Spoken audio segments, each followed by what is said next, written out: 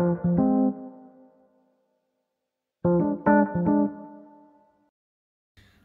Assalamualaikum warahmatullahi wabarakatuh. Okey, kembali lagi saya Cikgu Masyita akan berkongsikan perniagaan tingkatan 4 di mana masih lagi dalam bab 1, tetapi untuk hari ini kita akan fokus kepada subtopik yang seterusnya, iaitu subtopik yang kedua bagi chapter 1 ni, chapter 1, di mana kalau ingat lagi minggu lepas kita dah belajar dengan tujuan perniagaan, di mana kalau pelajar masih ingat tujuan perniagaan, kita ada OBBU dan OBU. Okey, so hari ini kita nak sambung untuk pelajaran perniagaan tingkatan 4 yang seterusnya, iaitu berkenaan dengan pemilikan perniagaan. Okey, yang pertama, pemilikan perniagaan. Maksudnya kalau pelajar tengok dekat sekeliling kita ni, ada banyak sangat kedai. Okey, ada kedai-kedai yang namanya Enterprise di belakang, ada namanya syarikat Co and Friends, lepas tu kita ada Sendirian Berhad, Awam Berhad, lepas tu kita ada koperasi. So, apakah sebenarnya perniagaan-perniagaan tu?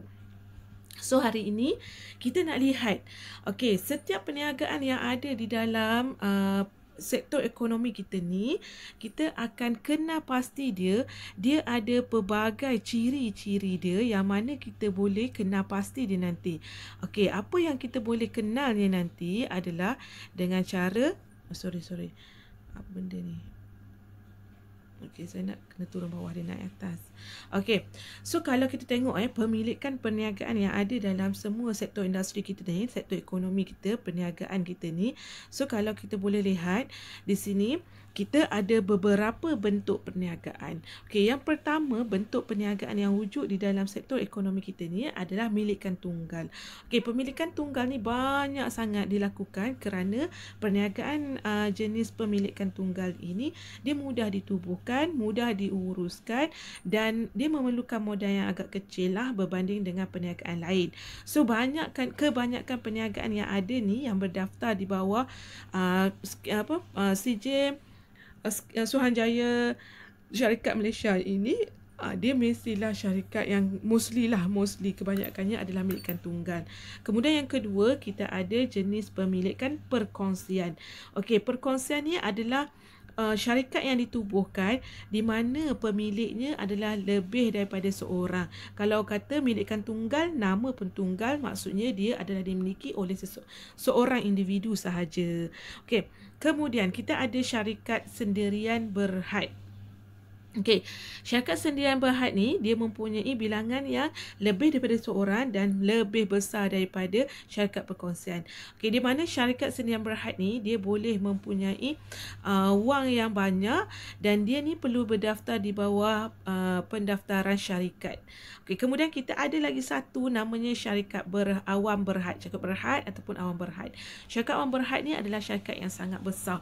Biasanya syarikat-syarikat gegasi yang seperti Asia, lepas tu kita ada Malaysia Airlines, lepas tu kita ada syarikat apa lagi, Nestle. Itu semua adalah syarikat-syarikat di bawah syarikat awam berhad, di mana syarikat-syarikat awam berhad ni dia punya kelebihan di sini, dia adalah boleh jual saham ni di bursa saham. Ada only one syarikat yang boleh beroperasi di pasaran saham ni adalah syarikat awam berhad, di mana dia boleh mendapatkan modal yang banyak, yang besar melalui terbitan share ataupun terbitan saham kepada orang ramai. So, siapa-siapa sahaja boleh beli share untuk pemilikan syarikat awam berhad. Kemudian kita ada koperasi. Biasanya syarikat koperasi ni minimum ahlinya adalah 50. Dia sangat ramai. Sebab apa? Biasanya matlamat penubuhan koperasi ni dia adalah untuk menjaga dia punya ahli-ahli dalam persatuan dia. Contohnya lah koperasi tentera. Kenapa ditubuhkan koperasi tentera ni? Dia nak bantu golongan-golongan tentera ni untuk mendapatkan barang yang murah, kebajikan dan sebagainya. Itu adalah koperasi secara ringkas lah. Okey, itu semuanya kita ada 5 sistem pemilikan perniagaan yang beroperasi di dalam sistem ekonomi negara kita. So, kalau dekat sini Kalau pelajar lihat untuk setiap pemilikan perniagaan ni, dia ada ciri-ciri yang boleh membezakan sesuatu pemilikan perniagaan tu dengan pemilikan perniagaan yang lain. So dekat sini pelajar kena pandailah membezakan. Tadi kita dah kena pasti apa jenis perniagaan yang ada. So yang kedua ni, kita nak kena pasti apakah ciri-ciri yang ada bagi setiap perniagaan yang wujud dalam perniagaan ni ataupun dalam persekitaran perniagaan ataupun dalam ekonomi negara kita ni. Okey, kita pergi satu-satu sebelum kita nak pergi bandingkan, bezakan, kita nak kena pasti dulu ciri-ciri bagi setiap sistem perniagaan yang ada ni. Okey, yang pertama kita nak kena pasti kita nak berkenalan. Orang kata kalau tak kenal maka tak cinta. So apa yang kita nak buat sekarang ni, kita kena berkenalan dululah dengan sistem pemilikan perniagaan yang wujud dalam kita punya sistem perniagaan kita. So yang pertama sekali ciri yang kita nak tahu tentang pemilikan tunggal ni, dia adalah dari aspek milikan. Maksudnya tadi kalau nama dia pemilikan tunggal, so milikan yang yang dipunyai lah, kiranya orang yang memiliki perniagaan milikan tunggal ni biasanya dia seorang sahaja. Okey, seorang kalau kata dua orang tu dia dah bukan milikan tunggal. Okey, milikan tunggal dia kata dia seorang pemilik. Okey, bagaimana kita nak mendaftar pemilikan tunggal punya perniagaan ni? Okey, cara pembentukan ataupun kita nak daftarkan perniagaan milikan tunggal ni adalah melalui berdaftar dengan pendaftaran perniagaan. Okey, maksudnya bila awak nak tubuhkan milikan tunggal ni, awak bukan simply boleh je terus ada je space awak pergi berniaga kan. Itu boleh, tapi kita ada peraturan dalam sistem perniagaan kita tu. Okey, tadi kita dah tengok yang pertama tadi milikan tunggal. So cara penubuhan milikan tunggal ni, dia mestilah berdaftar dengan pendaftaran perniagaan. Okey, kat mana kita nak daftar kita punya pendaftaran perniagaan ni? Okey, kita akan pergi mendaftar di SSM Suruhanjaya Suruhanjaya apa tadi saya tak ingatlah SSM ni, nanti pelajar boleh tengok balik. Okey, kemudian ciri yang ketiga kita akan lihat di sini daripada aspek modal. Daripada mana milikan tunggal ni dia dapat modal untuk dia nak menjalankan operasi perniagaan dia. Okey, kebiasaannya milikan tunggal ni dia nak berjalankan perniagaan dia, dari mana dia dapat duit ni? Dia dapat daripada milikan dia punya duit sendiri. Maksudnya duit daripada saving dia. Mungkin sebelum ni dia pernah bekerja dekat mana-mana organisasi, lepas tu tiba-tiba dia nak memulakan perniagaan. So dia dah ada saving sebelum ni untuk dia mengoperasikan perniagaan. Ataupun kalaulah pemilik sendiri ni tidak ada duit, tapi dia nak mulakan perniagaan juga, dia boleh membuat pinjaman daripada sanak saudara. Itu adalah sumber modal dia lah daripada milikan sendiri. Bagaimana dia dapat modal sendiri tu terpulang pada dia lah kan. Tapi dia mesti ada duit sendirilah sebab dia seorang kan. Kemudian ciri yang keempat dekat sini, pembahagian untung. Maksud bila kita berniaga, kalau pelajar ingat lagi kita belajar tujuan perniagaan kita, kalaulah organisasi tu dia bermotifkan untung, OBU, mestilah dia ada untung kan. Dia dah menjalankan perniagaan, dia ada untung. So macam mana pembahagian dia? Okey, kalau pemilikan tunggal tadi kita sebut dia adalah orang pemilik ni adalah seorang. So sepenuhnya modal ataupun untung yang dia perolehi adalah milik dia seorang lah. Okey, liability. Liability ni adalah tanggungan. Okey, yang kelima kita tengok kepada liability. Liability ni tanggungan, maksudnya segala hutang, piutang yang ada di dalam organisasi ataupun syarikat ataupun firma yang dijalankan oleh milikan tunggal ni, dia tidak terhad. Contohnya tidak terhad di sini apabila pemilik perniagaan milikan tunggal ni dia muflis. Maksudnya dia ada hutang yang sangat banyak dan dia tak mampu untuk dia membayar hutang. Okey, apa maksud liability tak terhad ni? Maksudnya untuk membayar segala hutang piutang yang dia ada tu, okey, pihak pemiutang boleh mengambil dia punya harta benda dia selain daripada harta benda dalam perniagaan. Itu yang kita katakan tidak terhad. Maksudnya kalau dia ada berhutang 100,000, contohlah dia hutang dengan pemiutang 100,000, 100k kan. So kalau katalah dia tak mampu nak bayar hutang, dia tak mampu nak bayar hutang kan, dia tak mampu. Apa yang dia boleh buat? Pemiutang ataupun orang yang beri hutang kepada dia tu, dia boleh ambil apa sahaja wang yang pemilik ni ada untuk selesaikan hutang. Itu yang dimaksudkan tidak terhad tu. Bukan terhad sahaja kepada perniagaan dia punya yang kita boleh ambil untuk selesaikan hutang dia. Segala harta benda yang dia ada pun boleh diguna pakai untuk menyelesaikan dia punya hutang piutang. Itu adalah liability yang tidak terhad. Kemudian kepada cukai yang keenam, ciri pemilikan tunggal ni dari aspek cukai, biasanya cukai pendapatan perseorang lah, maksudnya dia adalah individu, so cukai dia adalah berdasarkan pendapatan dia. Dia kenakan cukai terhadap pendapatan perseorangan. So lagi banyak dia punya pendapatan, lagi banyaklah cukai yang dia kena bayar. So itu adalah ciri milikan tunggal. Kita dapat lihat ada 6 ciri milikan tunggal yang kita boleh kena pasti sebuah perniagaan tu adalah milikan tunggal. Pertama, dari aspek pemilikan dia adalah seorang sahaja. Manakala cara penubuhan dia perlu berdaftar di bawah SSM. Kemudian dia punya modal adalah modal sendiri. Pembahagian untungnya adalah sepenuhnya milik pada pemilik. Kemudian liability dia tidak terhad.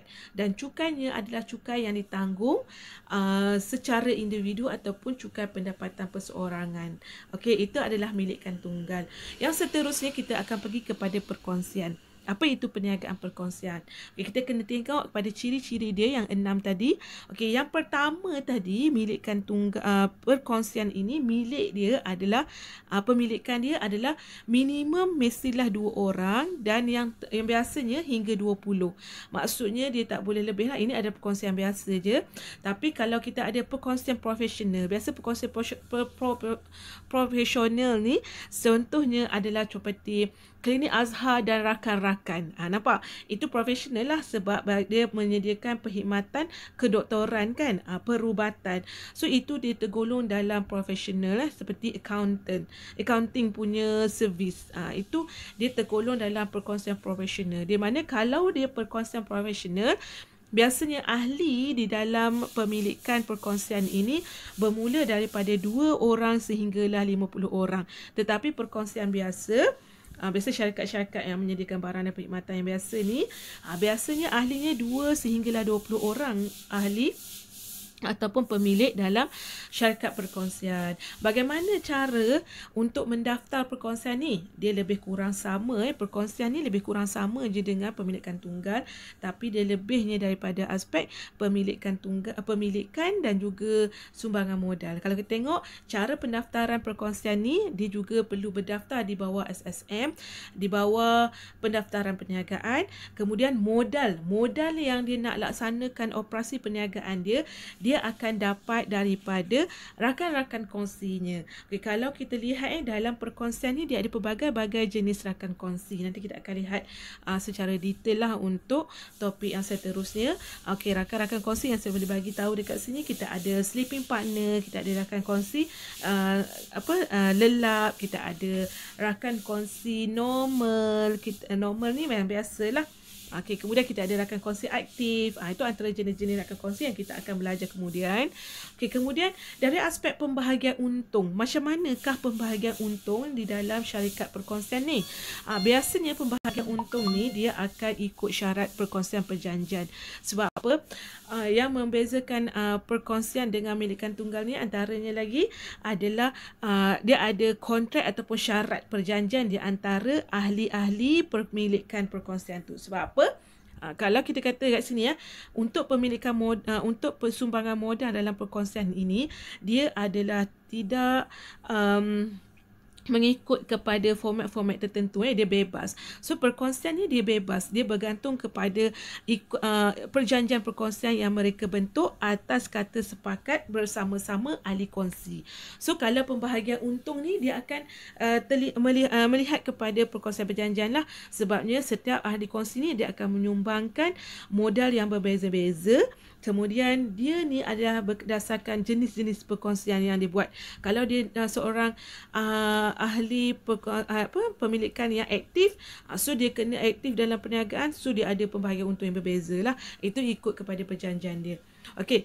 Kemudian liability juga tidak terhad. Sama macam dengan pemilikan tunggal tadi. Sekiranya perkongsian dia ni tidak mengalami kerugian ke apa ke untuk dia menyelesaikan segala hutang piutang yang dia ada dalam organisasi syarikat tu, maka ahli perkongsian ni perlu untuk melabur duit persendirian untuk menyelesaikan segala hutang-hutang piutang. Itu dimaksudkan dengan tidak terhad tadi dah tanggungan dia. Kemudian cukai. Cukai pendapatan perseorang juga dia sama je lebih kurang dengan perkongsian. Tetapi di sini milikan tunggal ni walaupun dia mudah untuk ditubuhkan tetapi jangka hayatnya adalah singkat. Sekiranya seseorang individu tu meninggal ataupun muflis, serta-merta automatik milikan tunggal ni akan terbubar. Begitu juga dengan perkongsian. Kalau kata ahli-ahli dia tarik diri ke, dia tak boleh pindah-pindahkan pemilikan tu kepada orang lain. Okey, itu perkongsian dan juga milikan tunggal. Yang seterusnya kita tengok kepada syarikat sendirian berhad. Okey, kalau syarikat sendirian berhad ni pemilikan dia adalah 2 hingga 50 orang. 2 tu minimum dan maksimumnya 50 orang. Kemudian cara pembentukan ataupun pendaftaran syarikat. Okey, syarikat sendirian berhad ni dia perlu berdaftar di bawah pendaftaran syarikat SSM. Okey, kemudian modal dia. Macam manakah syarikat sendirian berhad ni didapat modal? Modal dia adalah melalui jual saham kepada sekumpulan orang persendirian. Maksudnya, kalau dia nak kembangkan perniagaan dia, nak dapat modal yang lebih banyak, apa yang boleh dibuat untuk syarikat sendirian berhad ni? Dia akan jual saham. Okey, jual saham ni bukan di bursa saham. Ini adalah hanya dilakukan oleh syarikat awam berhad. Kalau kata syarikat sendirian berhad ni, dia akan jual saham kepada orang-orang yang berpotensi lah. Maksudnya orang-orang yang mempunyai pendapatan yang banyak, orang yang ada duit yang banyak, dia akan jual saham tu sebagai sumbangan modal kepada operasi perniagaan dia. Okey, kepada syarikat sendirian berhad ni, biasanya pembahagian untung dia dalam bentuk dividen kepada pemegang saham ikut jumlah saham yang dibeli oleh seseorang individu ataupun orang persendirian tu. Maksudnya dia bukannya berkongsi untung tetapi dia mendapat dividen hasil daripada duit yang ataupun wang yang dia laburkan dalam perniagaan tersebut. Okey, liability dia terhad. Maksudnya tanggungannya adalah terhad. Tanggungannya adalah terhad kepada wang yang dilaburkan sahaja daripada pembelian saham tadi. So, kalau kata syarikat sendirian berhad ni, dia tak risau kalau kata syarikat yang dilabur tu rugi, dia hanya rugi setakat modal yang dilaburkan. Okey, kalau kata cukai kepada syarikat sendirian berhad ni, cukainya dikenakan kepada cukai keuntungan syarikat. Maksudnya, orang yang membeli saham tu tidak perlu menanggung cukai kepada syarikat sendirian berhad. Kerana syarikat sendirian berhad ni, dia punya cukai adalah melalui cukai keuntungan syarikat. Okey, itu adalah ciri-ciri yang kita boleh kenal pasti kepada syarikat sendirian berhad.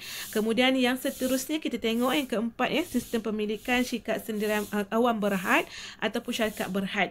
Okey, untuk pemilikan syarikat berhad ni biasanya dia adalah minimum 2 hingga tiada had. Maksudnya berapa ramai orang nak join pemilikan syarikat berhad ni pun tak ada masalah.